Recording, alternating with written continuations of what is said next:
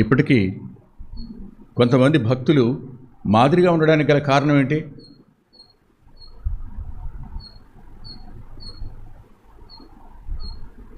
నేను బక్సింగ్ అన్న గురించి మళ్ళీ చెప్తున్నానని వేరేగా ఆలోచించకండి. నేను చెప్పాను, ఆయన నాకు విగ్రహం కాదు, ఆయన నాకు మాదిరి. విశ్వాసం మీద సేవ చేయడానికి ఆయన నాకు మాదిరి. ఆయన చేతికి డబ్బులు ఇస్తే ఎప్పుడో లోపలికి వస్తూ ఆ డబ్బులన్నీ అక్కడ పోసి, అప్పుడు ట్రెజరర్గా వెంకటరత్నం గారు ఉండేవాడు, లెక్క పెట్టుకోమని చెప్పి వెళ్ళిపోయేవాడు. ఆయన దగ్గరే ఉండవు, అన్నీ అక్కడ పడేసిపోయేవాడు. ఎందుకు చెప్పుకున్నాం ఇవాళ? వాళ్ళెవరికి ధనం మీద మమకారం లేదు. They are our model.